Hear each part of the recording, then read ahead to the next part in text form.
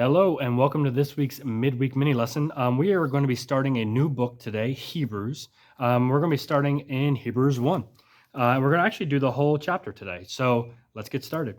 It says, God, after he spoke long ago to the fathers in the prophets in many portions and in many ways, in these last days he's spoken to us in his Son, whom he appointed heir of all things. Through him he also made the world. And he is the radiance of his glory and the exact representation of his nature, and upholds all things by the word of his power. When he had made purification of sins, he sat down at the right hand of majesty on high, having become so much better than the angels, to the extent that he has inherited a more excellent name than they. For to which of the angels did he ever say, "You are my son, today I have fathered you"? And again, "I will be a father to him, and he will be a son to me"? And when he again brings the firstborn into the world, he says, "And let all the angels of God worship him." And regarding the angels, he says, he makes his angels winds, and his ministers a flame of fire. But regarding his son, he says, "Your throne, God, is forever and ever, and the scepter of righteousness is the scepter of his kingdom. You have loved righteousness and hated lawlessness. Therefore, God, your God, has anointed you with the oil of joy above your companions. And you, Lord, in the beginning laid the foundations of the earth, and the heavens are the works of your hands, but they will perish, but you remain.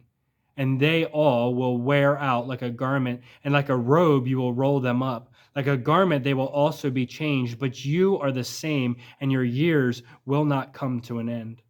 But to which of the angels has he ever said, 'Sit at my right hand until I make your enemies a footstool for your feet'? Are they not all ministering spirits sent out to provide service for the sake of those who inherit salvation?"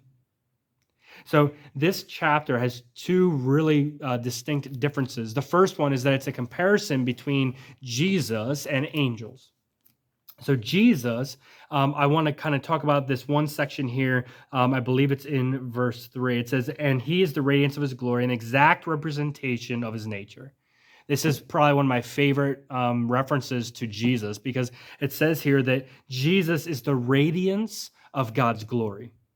He is the radiance of the glory of God and the exact representation of God's nature. So if you see something in Jesus that is the nature of God. So what are things that occurred in Jesus' life? Whatever you can think of that occurred in Jesus' life is the nature of God. And then at the end, the very last verse, verse 14, talks about angels. And it says, "Are they not ministering spirits?" They are all ministering spirits that are sent out to provide service for the sake of those who will inherit salvation. So angels are sent out into the world to minister and to serve those who will inherit salvation, for those that are saved.